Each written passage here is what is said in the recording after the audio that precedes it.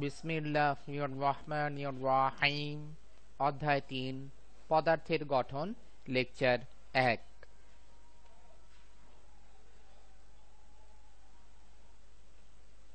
আমরা ইনশাআল্লাহ আমাদের এই আলোচ্য বিষয়ের মধ্যে বা এই লেকচারে মৌল এবং পরমাণুর যে কণিকাসমূহ ইলেকট্রন, নিউট্রন, প্রোটন এগুলি নিয়ে ইনশাআল্লাহ আলোচনা করব। নতুন নতুন ভিডিও পাওয়ার জন্য মিজান একাডেমি ইউটিউবের চ্যানেলটিতে সাবস্ক্রাইব করুন এবং আমাদের সাথে থাকার জন্য, নতুন আপডেট পাওয়ার জন্য www.mizanacademy.com এ চোখ রাখুন এবং ফেসবুকে থেকে নতুন আপডেট অথবা ইনফরমেশনের জন্য ফেসবুকে মিজান একাডেমিতে একটি লাইক দিন। তৃতীয় অধ্যায়, পদার্থের গঠন।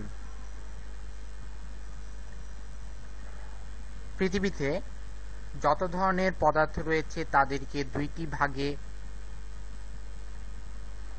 তাদের গঠনের উপর ভিত্তি করে ভাগ করা হয়। একটি হচ্ছে মৌলিক পদার্থ, অপরটি হচ্ছে যৌগিক পদার্থ। মৌলিক পদার্থ হচ্ছে সেই সমস্ত পদার্থ যাদেরকে ভাঙলে ওই পদার্থ ছাড়া অন্য কোনো পদার্থ পাওয়া যায় না, তাদেরকে আমরা মৌলিক পদার্থ বলে থাকি। যৌগিক পদার্থ হচ্ছে সেই সমস্ত পদার্থ যাদেরকে ভাঙলে এক বা একাধিক মৌলিক পদার্থ পাওয়া যায়, তাদেরকে আমরা যৌগিক পদার্থ বলে চিনি। তার মানে হচ্ছে একাধিক মৌলিক পদার্থের সংমিশ্রণের ফলে যৌগিক পদার্থের তৈরি। মৌলিক পদার্থের ক্ষুদ্রতম কণিকার নাম হচ্ছে পরমাণু এবং যৌগিক পদার্থের ক্ষুদ্রতম কণিকার নাম হচ্ছে অণু। প্রত্যেকটি পরমাণুর নিজস্ব বৈশিষ্ট্য এবং নিজস্ব পারমাণবিক সংখ্যা, আপেক্ষিক ভর, নিজস্ব ভর সংখ্যা রয়েছে। আমরা এই অধ্যায়ে এই পরমাণুর গঠন, পারমাণবিক সংখ্যা, ভর সংখ্যা, ইলেকট্রন, নিউট্রন, প্রোটন, আইসোটোপ এগুলি নিয়ে ইনশাআল্লাহ আলোচনা করব।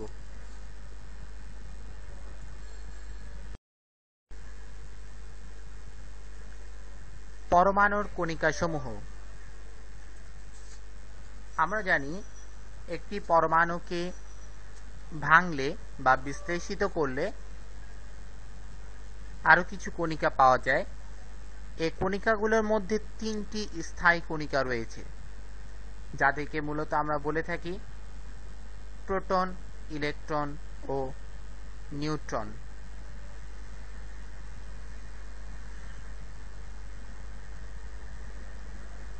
আমরা চিত্রে একটি পরমাণুর গাঠনিক স্ট্রাকচার বা কাঠামো দেখতে পাচ্ছি। এই পরমাণুর কেন্দ্র, এই অঞ্চলটাকে বলা হয় নিউক্লিয়াস। এই নিউক্লিয়াসের মধ্যে পরমাণুর যে ক্ষুদ্র কণিকা নিউট্রন এবং প্রোটন থাকে। এই নিউট্রন এবং প্রোটন একত্রিত অবস্থায় নিউক্লিয়াসে থাকে এবং নিউট্রন ও প্রোটনের মোট সংখ্যাকে একত্রে নিউক্লিয়ন সংখ্যা বা ভর সংখ্যা বলা হয়। উদাহরণস্বরূপ, যেমন প্রোটন 5টা রয়েছে, নিউট্রন 3টা রয়েছে, তাহলে মোট ভর সংখ্যা হবে 5 + 3, 5 + 3 = 8 বা 8।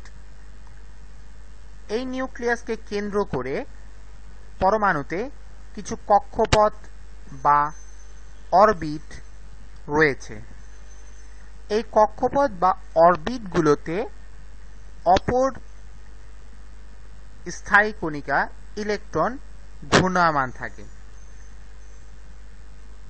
এই ঘূর্ণায়মান ইলেকট্রনগুলো নিউক্লিয়াসকে কেন্দ্র করে এই কক্ষপথগুলোতে ঘুরতে থাকে। তাহলে পরমাণুর গঠনটা অনেকটাই সোলার মডিউল বা সৌরজগতের মতোই মনে হয়।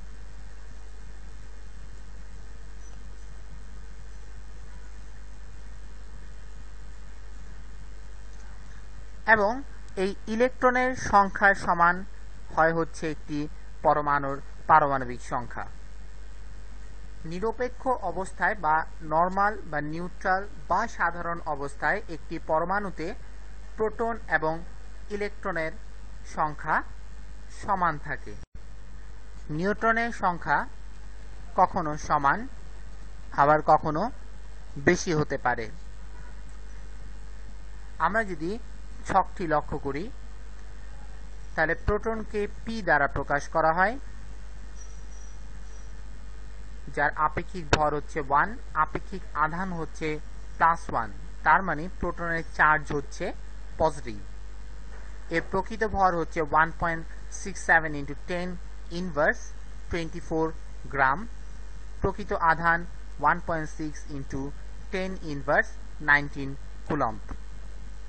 নিউট্রন, যার সংকেত বা প্রতীক হচ্ছে n, এর আপেক্ষিক ভর হচ্ছে 1, আপেক্ষিক আধান হচ্ছে 0, তার মানে নিউট্রন হলো চার্জ বা আধান নিরপেক্ষ।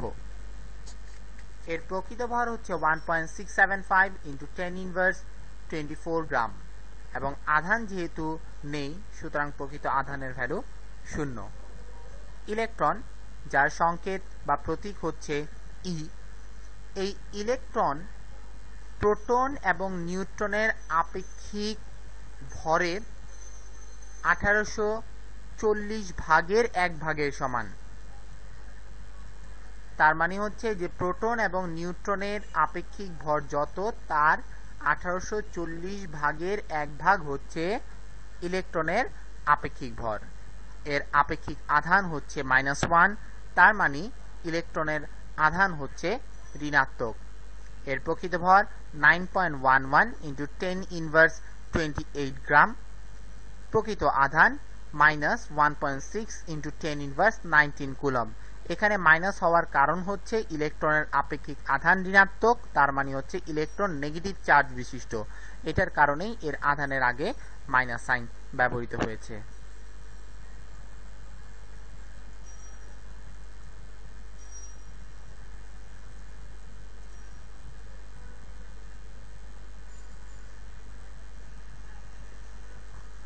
আমরা চিত্রে লিথিয়াম পরমাণুর একটি গঠন দেখতে পাচ্ছি, যার কেন্দ্রে নিউক্লিয়াস রয়েছে এবং নিউক্লিয়াসের মধ্যে প্রোটন এবং নিউট্রন রয়েছে। এই নিউক্লিয়াসের চারিদিকে একটি কক্ষপথ, তারপরে আরো একটি কক্ষপথ রয়েছে, যে কক্ষপথগুলোতে ইলেকট্রন ঘূর্ণায়মান রয়েছে। এই কক্ষপথ নিউক্লিয়াস থেকে যত দূরে যাবে তার শক্তির পরিমাণ তত কমতে থাকবে। তার মানে হচ্ছে যে নিউক্লিয়াসের নিকটবর্তী শক্তি স্তরের শক্তি বেশি থাকে। শক্তি স্তর যত দূরে হয় শক্তির মাত্রা তত কমতে থাকে। আমরা চিত্রে দেখতে পাচ্ছি যে 1, 2, 3টি প্রোটন রয়েছে এবং ইলেকট্রনের সংখ্যাও 1, 2, 3টি রয়েছে। তার মানে আমরা নরমালি ভাবে যেহেতু বলতে পারি ইলেকট্রনের সংখ্যা সমান হচ্ছে তার পারমাণবিক সংখ্যা স্বাভাবিক অবস্থায়, তাহলে লিথিয়ামের পারমাণবিক সংখ্যা বা ইলেকট্রনের সংখ্যা 3টি।